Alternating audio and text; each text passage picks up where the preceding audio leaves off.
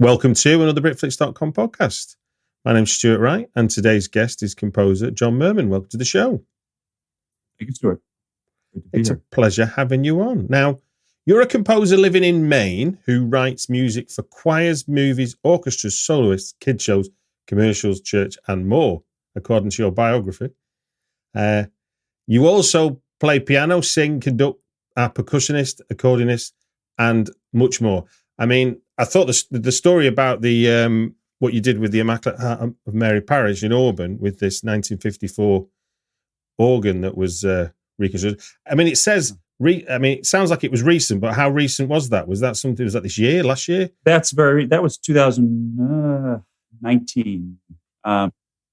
My wife and I were living briefly in Massachusetts, and we wanted to come back. Yeah, we wanted to come back Maine, and I had a colleague who was an organist who called me, and they were looking for an organist at a local church. And it was actually a great opportunity because we almost moved to Arizona for a similar thing, and that didn't work out. And that's far from family, friends, and then it became like this big coronavirus hotspot. Where we were, and we had our son was just about to be born, and then we got this call saying, "Oh, you want to come do this job in Maine?" So, oh, opportune. And my wife's parents are in Maine, mine are in New Hampshire. So, with the son coming on the way, it was very convenient. And I came into this job not ever having learned to play the organ. No way. Yes, that's right. I'm just a pianist, so I know where to put my fingers. Of course. But, I had always wanted the opportunity to learn to play the organ, actually. And is it more physical though compared to playing the piano? Oh, it's more physical. No, I'd kind of opposite in a way. It's almost more. I've learned to think of it as you're playing multiple flutes. Okay. And it's really for me, it's a lot more listening. I mean, physical in terms you have to use your legs, but you don't feel the physical feedback of the instrument in the way that you do with the piano. It doesn't come into your hands. It comes from the pipes that are around you. But it was.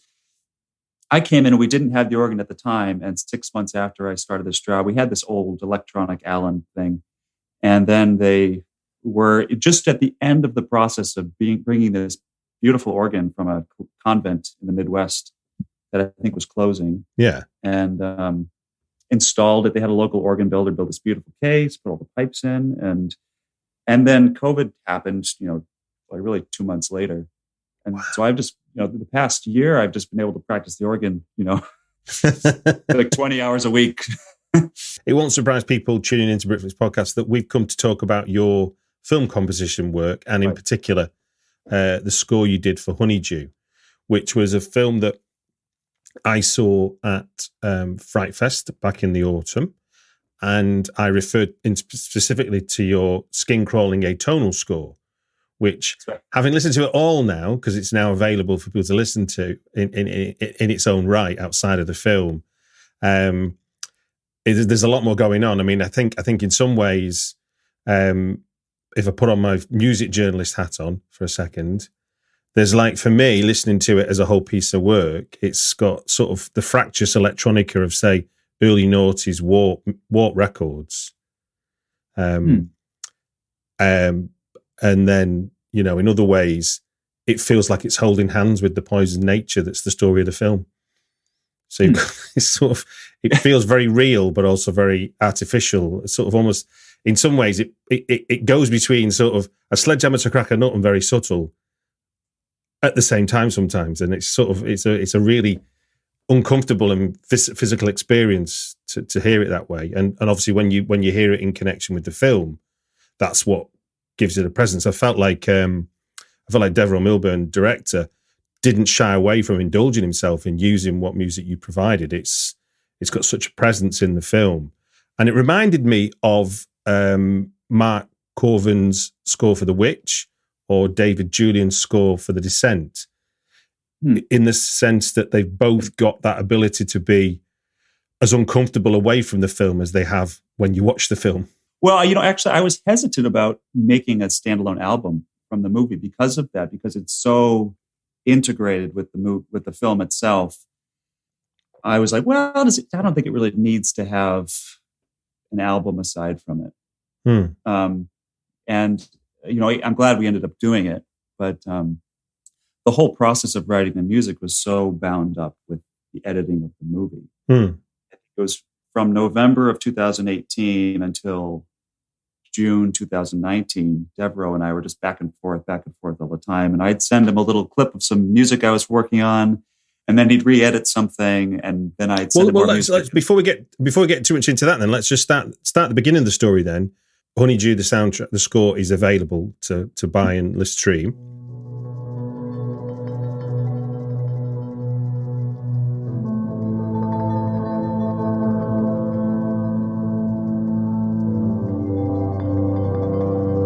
So starting at the beginning, and for people who, and I know there are different jumping off points in terms of when a composer gets involved. Let's start with how you got chosen to score Honeydew first. Sure.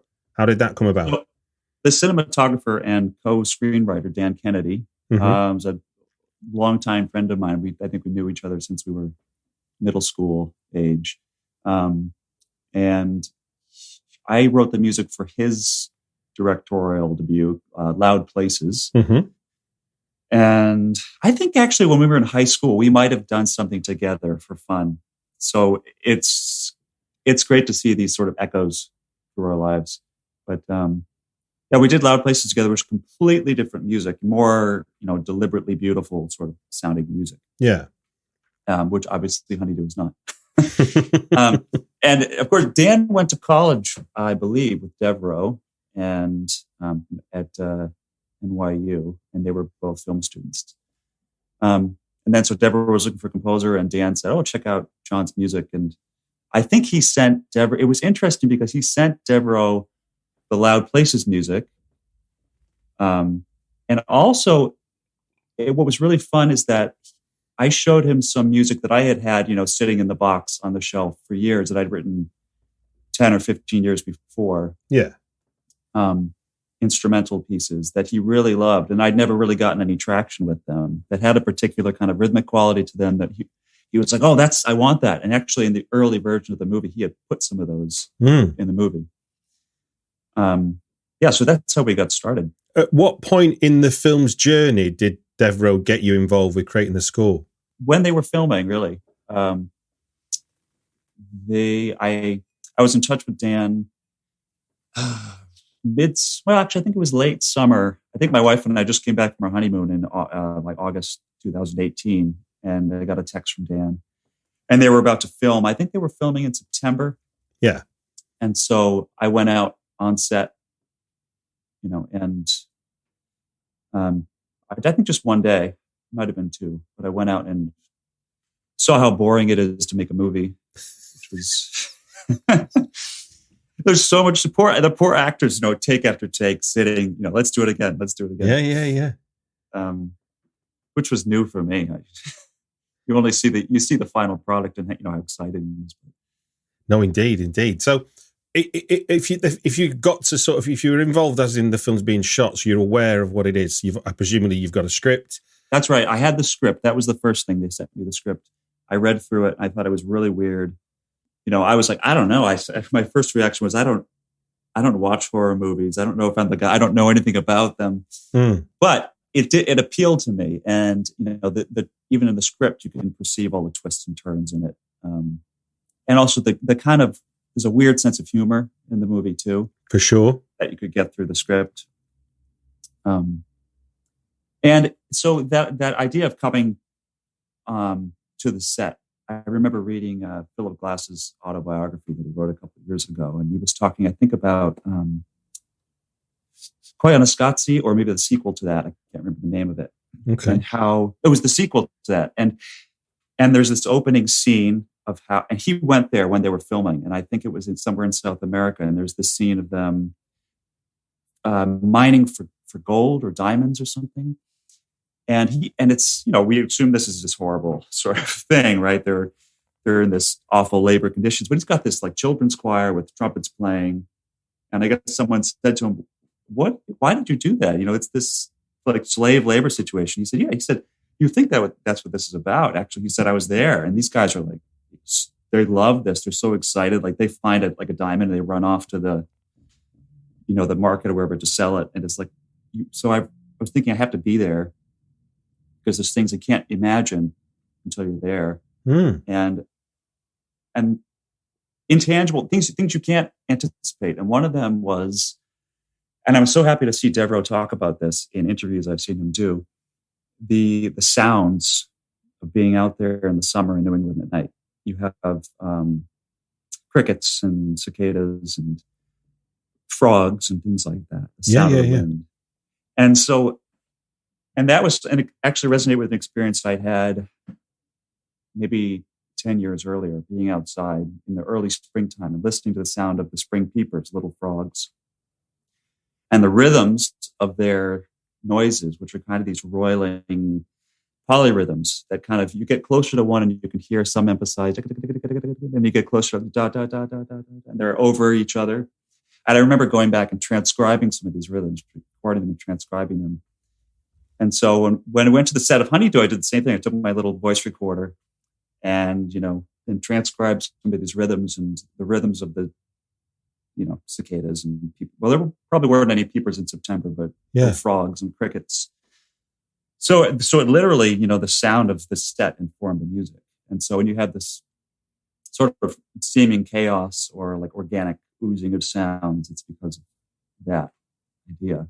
Yeah, because that's something that comes across really strongly with when you watch the film, and certainly if you're able to sort of indulge yourself with either seeing it in the cinema or put your headphones on, is that your music and the sound of the place are often fighting with each other, really, in some ways. It's like it's all of one and none of the other and vice versa. So there's times when the film just naturally exists. There's no music whatsoever. And then there's other times where everything that's real disappears and your music becomes the tone of the film.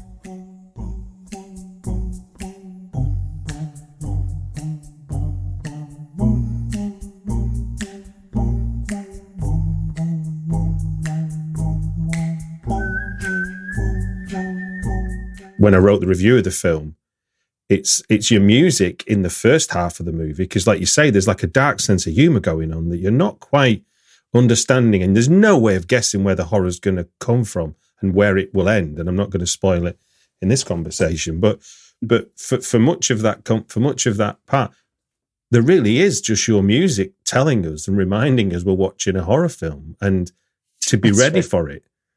Yeah. Yeah, and people have mentioned that too. It's, you look at the scene and they're eating dinner, right? But then you're hearing this. It's sort of all these weird, sounds going on. So it's sort of a cue that things aren't quite.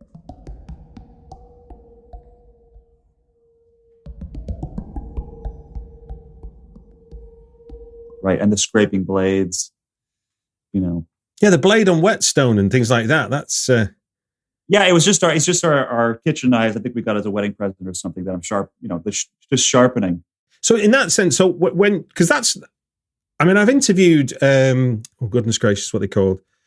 There's an experimental electronic band whose name escapes me now, but they did a whole album based on samples of plastic surgeons doing operations. Ooh. So it's it's a genuinely visceral experience. Yeah. But then when you know what it is, it's sort of twice as visceral. Well, it's interesting because a lot of these things, I actually had no idea about these. What's called, the people listen to sounds. AMSR. Yeah, AMSR. I didn't know about this. And, people saying, oh, it's like ASMR. And it's so funny because I said, I guess so.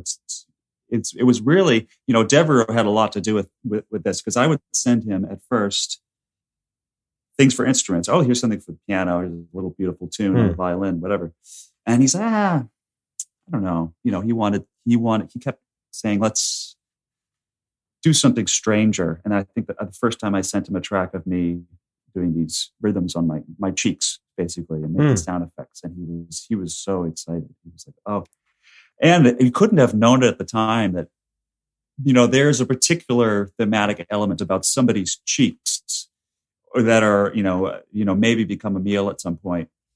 And that I wasn't even thinking about that. And I mentioned that to Devro after the fact. The penny's just dropping now for me, to be honest with you, as you're saying it. Yeah, it's such an Easter egg. I shouldn't even tell you. People should, film students of the future can find this out on their own.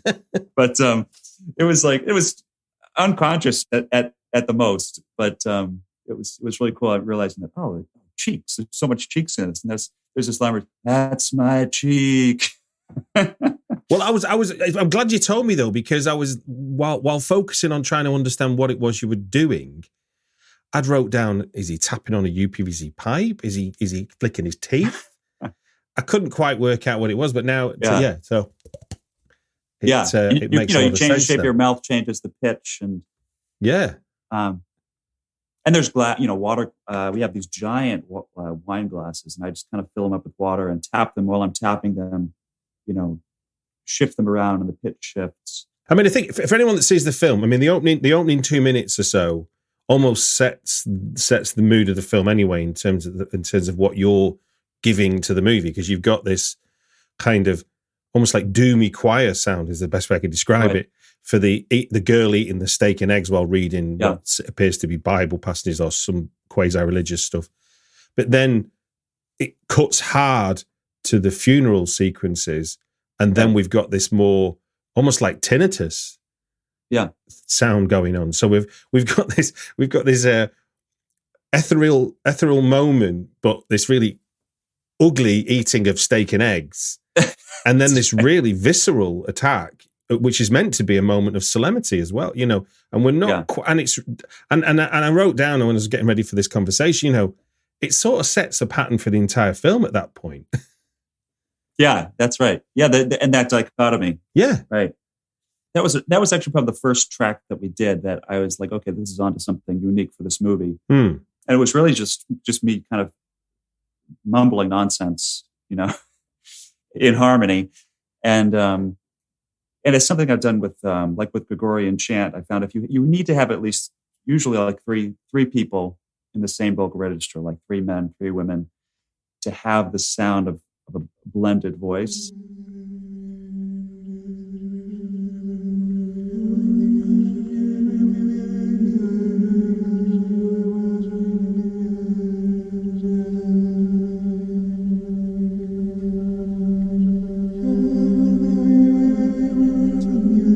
So I would do each pitch there's harmony, but I do each pitch 3 times, so I'm one recording, and then another one, and then record the harmony parts with that. And it's really just kind of nonsense mumbling. And how does I'm fascinated then, given the level of experimentation that's going on there, because that's not scoring music in a kind of traditional notation and melody or rhythm or even beats and stuff. It's like this is about creating musical sounds, which are almost punctuation, aren't they, rather than tunes, if that makes sense. Well, I've been thinking a lot about this. There, in my head right now, there's sort of 3 different modes of making music that that I vacillate, between these different ones. One of them is just pure improvisation, right, which happens live, happens once, it's gone. And then there's, of course, you take a score. You write the music down so it can be perfectly reproduced.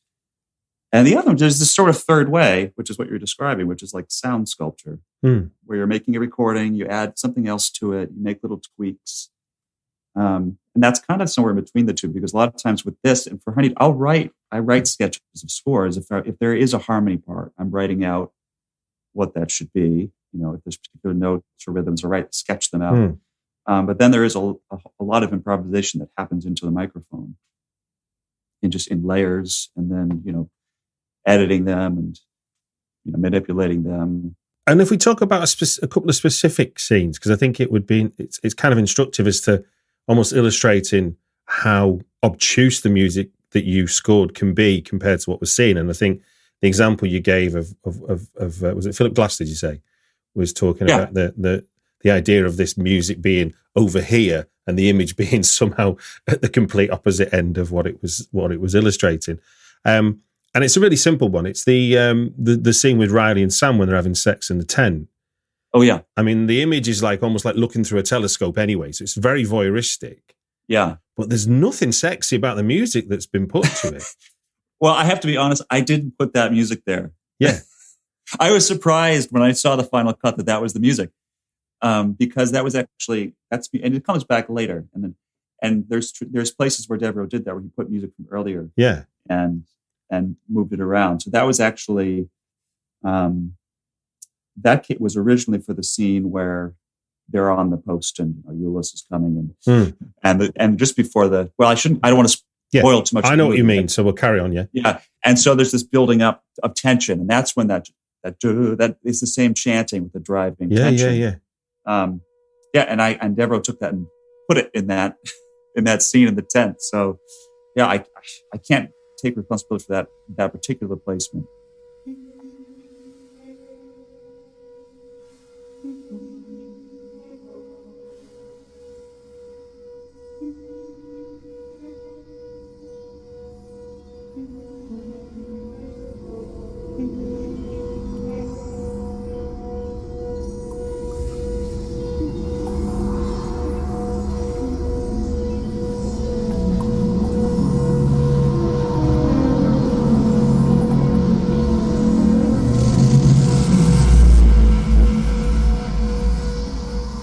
Well, but it's interesting then, because I think for someone who might be doing their first composition, or a filmmaker trying to find a collaborative process with their composer, there's no straight line between what music you get to go on a film and what you don't get, is there? Yeah.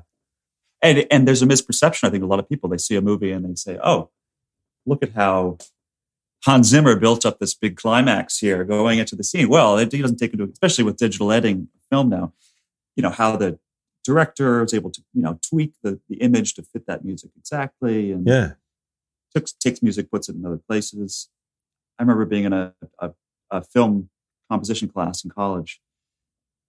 And I think the teacher had done a lot of this kind of thing, because a lot of it was that, look at how this composer was able to build the timing of this scene up with the tension. But in reality, there's so much more back and forth, probably now more than there used to be in the past, because, the director, he's editing while I'm still writing music. It's like he can tweak, he can take things I've written, put them over there, re-edit his scene to make them really integrated. Can you talk about a scene then where there was that specific backwards and forth, where you've been asked to do music for a scene that ended up being it, and the back and forth that happened? Yeah, I would say a good example would be, there's a particular cameo with that comes in towards the end of the movie, and this character kind of appears, and there's this kind of mumbling, and there's scraping, mumbling. Actually, there's like a weird sort of horn sound, which is me blowing into our neighbor's garden hose.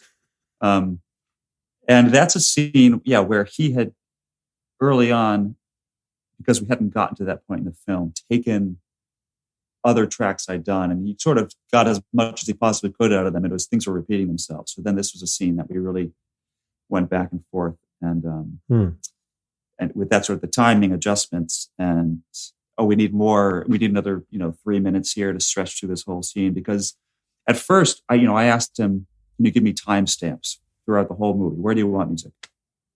And that particular whole section was several different, timestamp here, timestamp here. And I was like, well, can't we just think of this as a whole scene from the time they're sitting up on this post, through the end of it. And that made it much more manageable for me to think of it that way, rather than little snippets. In a bit that stood out for me in terms of the choices outside of what you would consider to be rhythm and melody is the sudden jumps, starts and stops that happen during, say, when Sam has his midnight feast. That sequence in particular seems to, lull me into relaxing at one point, and then it wants to stab me at the next point, and I'm not quite sure why.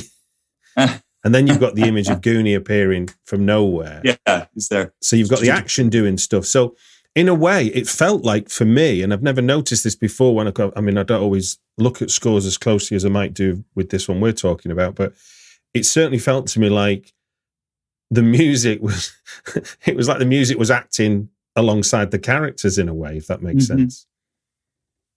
Yeah, I actually watched it when we had it for the, it was the Night Stream Festival. I think was when the first festival we premiered it at. And I was sitting with a friend of mine watching it. And he said, oh yeah, he said the music was like its own character, the whole thing. And that has so much to do with Devro's editing too, because he, like I said, there's places that I wrote it specifically, and then there's a place where he snipped things up and put them in, and in ways that surprised me when I watched it. I guess the hardest part of your role in this film was that initial conversation and agreeing, no, that's what I want, and you're suddenly running with this freedom to blow into your neighbour's hose and flick your cheeks or whatever else you might want to do. Yeah, exactly, and just getting to that point, and I just remembered walking. My wife coming home one day. She went out for a walk with her friend, and she came back, and it was a particular moment early on where Sam and Riley are walking to Karen's house, and there's a bear trap that appears suddenly. There's sort of this fun music. It's like wah wah wah. This sort of like silly music. It's a. And then all of a sudden, there's this like jump scare, and it was just I was just kind of like yipping and clapping and making. And my wife came out play. I was like, "Oh, check it." She's like, "Is this what you've been doing?" It's so you're getting paid to be your weirdest possible self here. Just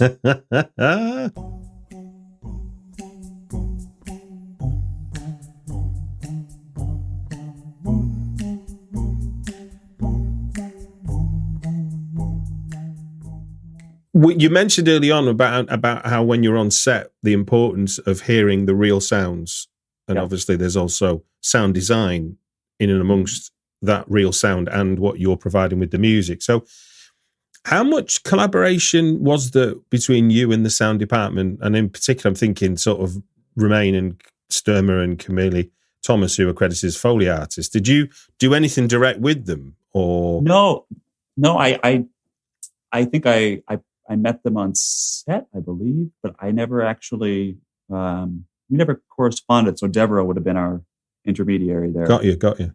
Yeah. What in that sense then, what would you say was the sort of most challenging aspect then of making the score for this film because you're obviously once you're back at home and you're in your studio, you're in isolation. Obviously you can send stuff in for a response, but while you're creating, you're doing that without an audience, aren't you? So what for you was the most challenging aspect? The hardest part was just the sheer quantity of music. And that was because of that back and forth. So I laid it all out actually one point. I think I wrote about 4 hours of music. Gee whiz. Yeah. A lot of it was just the same stuff, a little bit different, Yeah. And I was happy to do it. We just, I'd make something to say, I really like this. Can you make it with da da da da da? And so then we go ahead and do that. So it's a bit like your music. So going back to that idea that your music was a character, it was like, here's take one, here's take two. Yes. And let Devro pick the take sometimes of what he would prefer the most. Yeah. And sometimes there'd be disagreement there as to what we, but I always have to, and as a composer, I always have to say, well, the director is the one with the bird's eye view of what this whole film needs. Yeah. So I might have a preference because musically, I like this particular thing, but it might not be, the best thing for that scene. Yeah. And because of the visceral nature of a lot of the music that you've provided, it's not always in the bounds of what you would call taste. It's not like, I don't hum a lot of what you've done. I'm not going to be humming a lot of what you've done. I mean, there are signature moments, but largely there's elements of what makes it effective, which is just the mechanics of music, but it isn't enjoyable. And that sounds like that's not a pejorative word. It's no, I'll take that as a compliment, I think. No, please do. No, well, it's funny. I've been thinking about this a lot especially with film music, because a lot of like the superhero movies you kind of go to, and they'll have these sort of nebulous orchestral scores, not necessarily tuneful. Some of them are, some are not. And I know that's a lot on the directors and producers don't want the music to be tuneful. But I think when I watch it, why does it need to be a string orchestra?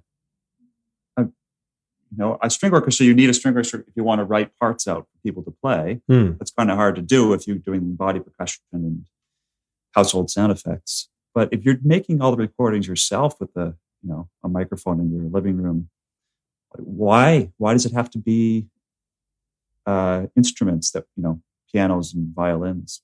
Why can't it be whatever sound you can think of? So you've mentioned a few ideas of what you've translated into sounds that became the score for the film. What's your kind of favorite in sort of inventive use of sound that you've then applied to this score? Well, we talked about the hose horn, which is not an invention of mine. That's a known entity.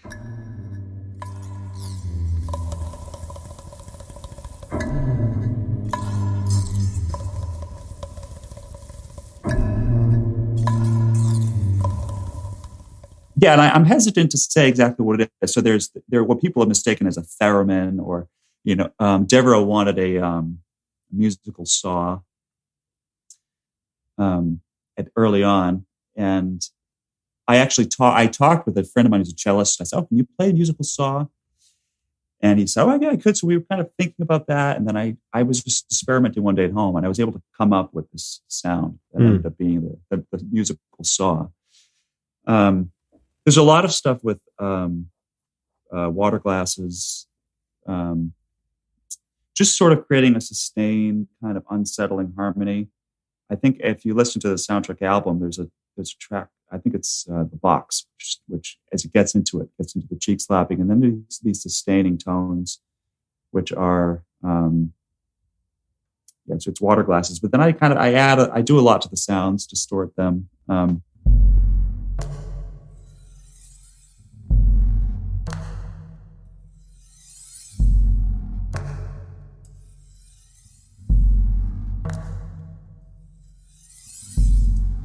And you put me on the spot, and I'm thinking there's lots of silverware. If it's real silver, like a silver fork, it's got a great tinging kind of sound. There's lots of cheek slapping, lots of stomach slapping, little that sort of stuff, and then I transpose the sound way down. Oh, there's actually there's a deep bell that comes in a few times. Boom, boom. And it's actually it's one of those same giant wine glasses, and I just transpose it down 2 or 3 octaves. Oh wow! So it sounds like this giant deep bell.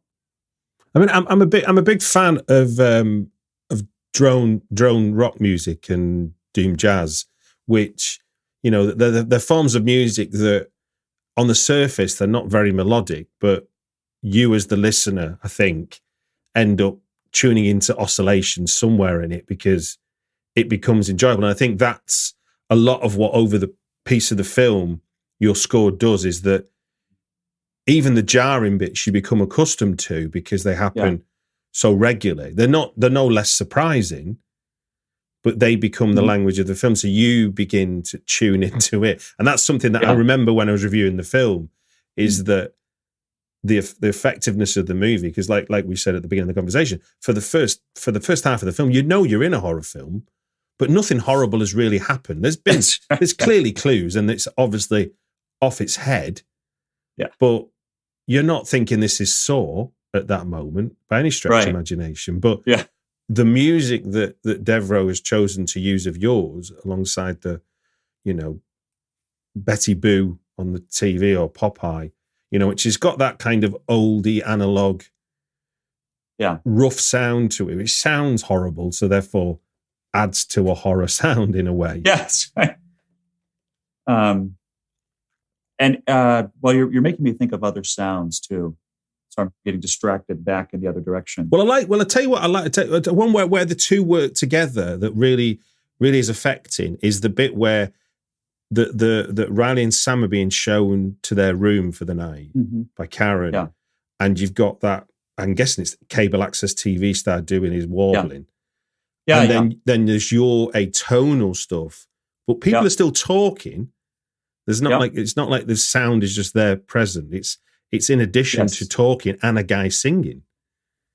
And a lot of those are there's a lot of whistling that I'll do in specific harmonies, and then, fiddle with the sounds digitally, and singing in different registers and particular harmonies. And then, of course, the body percussion and, playing on glasses. And then there's some other things too, like, I had this rhythmic thing that comes in at one point, and it was a combination of me tearing a piece of paper and turning the water faucet on. So it was like, so there's lots of stuff like that throughout. It could be make a long list of them, but no, it's amazing. No, it's interesting to sort of to hear the complexity and the layers. It's like, it's almost like you've turned the way you're describing it, and the very real objects that aren't musical instruments, is that it's like left field Foley, for want of a better expression. Yeah. Well, and it's funny too, because, I remember as I'm coming, so the last couple of weeks before my son was born, we were living at we were at my father and mother-in-law's house, because that's where the baby was going to be born. There was a great big room there. And so I'm at their house trying to finish up the movie, and I'm trying to find weird sounds and things.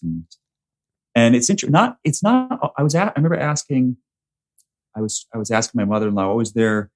I need a sound that makes like a clanging metal or something kind of sound." And it's not always what you expect. You look at an object, and you say, "Oh, what about this bell?" You, like, the actual sound itself is not going to. And what for that? So what I found was these little cast iron figurines that were in the fireplace, and I picked them up and struck them with a drumstick, and I said, "Oh, that's the sound," No, well, there's a techno artist called Spooky who there's in his music. There's these like almost like they sound like the laser sounds in a Star Wars movie, really. Yeah. But it's a wrench hammer on the cable of a pylon. Yeah, and then he's twiddled with the octaves or whatever. But essentially, that's the root of the noise you're hearing is just a wrench hammer against a taut piece of steel. I remember listening to a conversation with a Foley artist once, and him saying, the interviewer asking, "Oh, what was this sound?" "Oh, that's a wet chamois cloth." What about the stabbing? A wet chamois cloth. What about a punch? It's a wet chamois cloth. Well, yeah. The other one is the lettuce, isn't it? Is the the knife in a lettuce, the knife, right. the tearing of a lettuce. Yeah, it's just that whole movie magic thing. It's like, even for visuals, it's not what you assume would be the best thing that will be the best thing that will come across in the movie. Yeah, and also I guess if you're trained to make music, but obviously music for film has got a job beyond what you might make music for an audience for, even though there's an audience for the film, it has to function like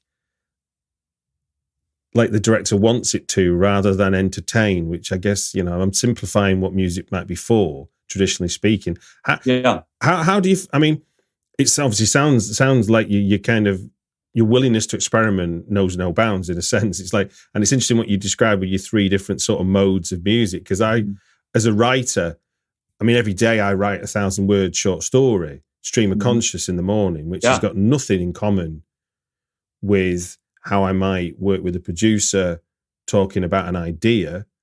And it's certainly got nothing like how I would sit down and start writing pages of a screenplay. But they're all writing. And so one of my favorite ways of writing music is that working from the outside in. Okay. Which is like how Beethoven wrote, how Schoenberg wrote, having a sense of what's the overall picture here. And, I'm working on this thing right now, this school that I've taught at for a long time now. And it's our 10th anniversary. We're making like a video for all the kids to play their part, sort of thing. Got you. And I went back to sort of minimalist music, process music. And you take a fundamental idea, make an overall form out of it, and then work in towards the micro, which is in some ways the opposite of what I'm doing here with film. Because with film, it's wonderful because the form is already made. I don't have to worry about the form. The form is write some music that goes from 5 minutes 22 seconds to 11 minutes and 45 seconds.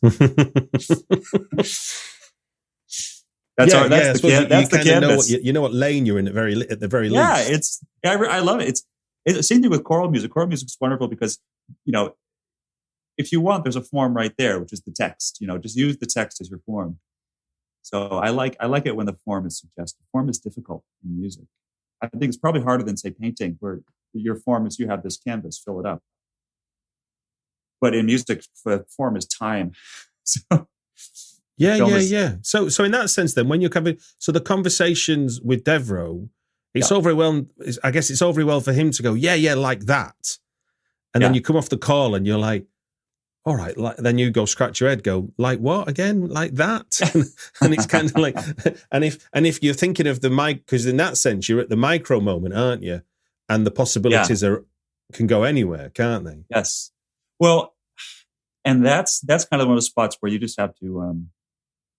The first thing you do is you sort of trust your instincts and just do what you think is going to work great there. I think, working with Devro, that is mostly the case, which is wonderful. Sometimes you get into a situation where you're like, this is the best thing I've ever written. I'm so happy with this. You give it to, and they're like, not quite what we're looking for. Sorry, can you try again? But you can't try again because you already just gave it everything you had, right? Yeah. I was going to say, so that doesn't sound too dissimilar from a screenwriter's experience, to be honest with you. It's kind of, you're giving in your draft and you're hoping to get a pat on the head so you can carry on with something new. This is amazing. This is the best thing I've ever written, right? Yeah. And then they're like, nah, could you do it again and make it sound exactly like this other thing, but not exactly like it. I mean, just as an abstract thought, rather than specifically about just thinking about the role of the composer, how useful or not useful do you find a guide track as a composer coming to do a project? That's a great question. It depends on who the director is, right? Mm-hmm. So working with Devro was great because he was not wedded to his temp tracks. He did have some temp tracks in the music,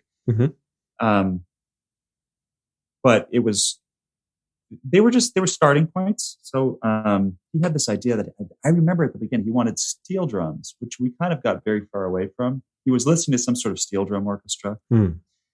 And the whole driving scene at the beginning, he had this idea he wanted steel drums. And I ended up taking this little glockenspiel and sort of rolling notes on it. And I tried putting screws in my piano and stuff and, trying to make it sound like a steel drum. And then he sent me, and actually this was really key, was this, I had never seen Punch Drunk Love. Okay, the Paul Thomas Anderson film.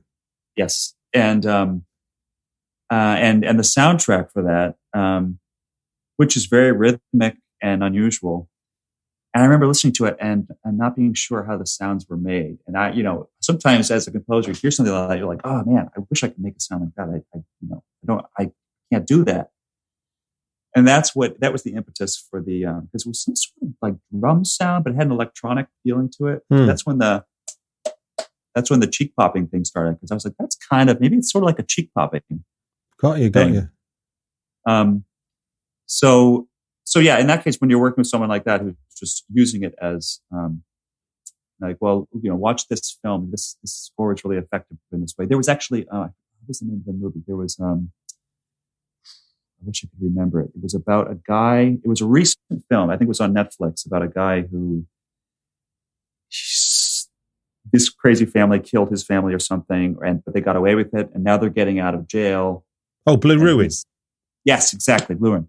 And he, the score for that, which is sort of this like it's sort of oozing, moaning, sort of sirens, sort of shifting, like you're saying, drone music.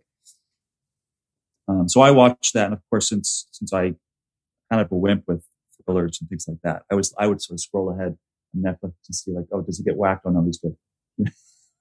Okay. Yeah. It was funny too. I read somewhere, I think it was in a review, that someone said, oh, the music is, he's clearly kind of ripping off The Shining. And I was like, actually, I don't think I've ever actually watched all of The Shining. Well, so don't tell Devro, sorry, if he hears this. But in a way though, John, who's ripping off The Shining? Because like you've described, the process of you making 4 hours of music, discussing it backwards and forwards, and then Devro in the edit, then choosing, but then changing his mind what to do with that music he's choosing is not ripping off anything. That's well, I just thought it's really actually it amused me to read that because I do know the music that's in The Shining quite well, a lot of it, because it uses Bartok's strings percussion and celeste quite a lot. Yeah. And that's a piece I've really studied. It's extremely rigorous in its form. Like every note is accounted for. The structure is built along the Fibonacci series, golden ratio, which is nothing like Honeydew's music. So I read that and I thought that's quite amusing. People mishear things. They say, "Oh, this sounds like somebody plucking his teeth," right, or that sort of thing, or this is just like the music from The Shining. I say, well, this is probably as far from Bartok as you could get in terms of its disordered quality. Can you have it with your familiarity of that music? Because I don't know it as I know it as the score to The Shining, but I don't know it as Bartok's music. Yeah. Do you understand what they're hearing though that's making them think it's like The Shining? Yeah, they hear atonality. Okay. So it's that element of Bartok they're hearing. So they're just marrying the two up. Yeah, exactly. So where his atonality is extremely ordered, like a lot of times. So instead of like a C major chord, he'll take a C and then mirror an interval, down, up and down against that, at like a. I don't want to get too technical, but if I have my keyboard turned on, I could just play it for you. Maybe I should do that, but no, I've got my head. That won't work. But it's okay. No, I kind of get, because that's one of the things that certainly comes across in the film is that there are moments where the music is fighting itself, for want of a better expression. What you're providing us with is a challenge to us to understand, because we're trying to. It's almost like as an audience, we're trying to understand it. And I think, and that's maybe why a reviewer may well see the similarities, because I think in The Shining, there's not a lot going on until the finale. Yeah. There's only really the presence of the music that makes you believe you're in a horror film. Oh, that's a great analogy then, yeah. That's just my thoughts. I wouldn't. Yeah. I can't claim what the reviewer was thinking, but yeah, I can see how, because I think that's what, and knowing it's a collaboration between you and Devro is the important thing, I think, for anyone listening in as a director or as a composer, because it isn't about one person getting their own way or not getting their own way. I mean, obviously that it can boil down to that, I'm sure, but there's music, like you talked about, there's time and it needs filling with music and you've been asked to provide it. And Devro's got the problem of, is that the right music or is that not? And there's only so far you can backwards and forwards between driving each other mad. And therefore, like you said, it can end up being he'll take some other music that was for somewhere else and go, hold on a minute, this now works for that. And you're not in control of that then, are you? You've provided the music, but not for that moment. Right. Well, and that's where I think the improvisatory nature of how this worked was a real virtue. It's not like I spent 3 weeks scoring something for an entire symphony. We went to the studio, recorded it. The studio paid 100 musicians, and then in the editing room, that scene gets cut. It was me making up sounds and fiddling at home. So in that way, a much more direct process and not quite as much cost involved. So I was just kind of creating this big bucket of music for Devro to play with. In a lot of ways, sometimes I hope mostly for specific moments, but then other times, take it from here and say, oh, maybe that works pretty well here. Well, look, for the most part, it's a fantastic score for a fantastic film. One last thing I haven't mentioned, because I didn't know, so it just dawned on me. Is it going? Now I listened to it through Spotify, which obviously is not the greatest way for you to receive money for the music. Is there going to be a physical release of the score as well, or is there a physical release? There is. Svart Records, the Finnish label, is going to somewhere down a couple months down the road. I'm not sure exactly the timeline, but it's in the works. And it's on iTunes and Amazon, so that it can be purchased. Brilliant. Well, we'll put links in the show notes to where it can be purchased as well as streamed. Yeah. And it just gives me to say thank you very much for giving us your time on the Britflix podcast. Oh, my pleasure. Thank you very much, Stuart.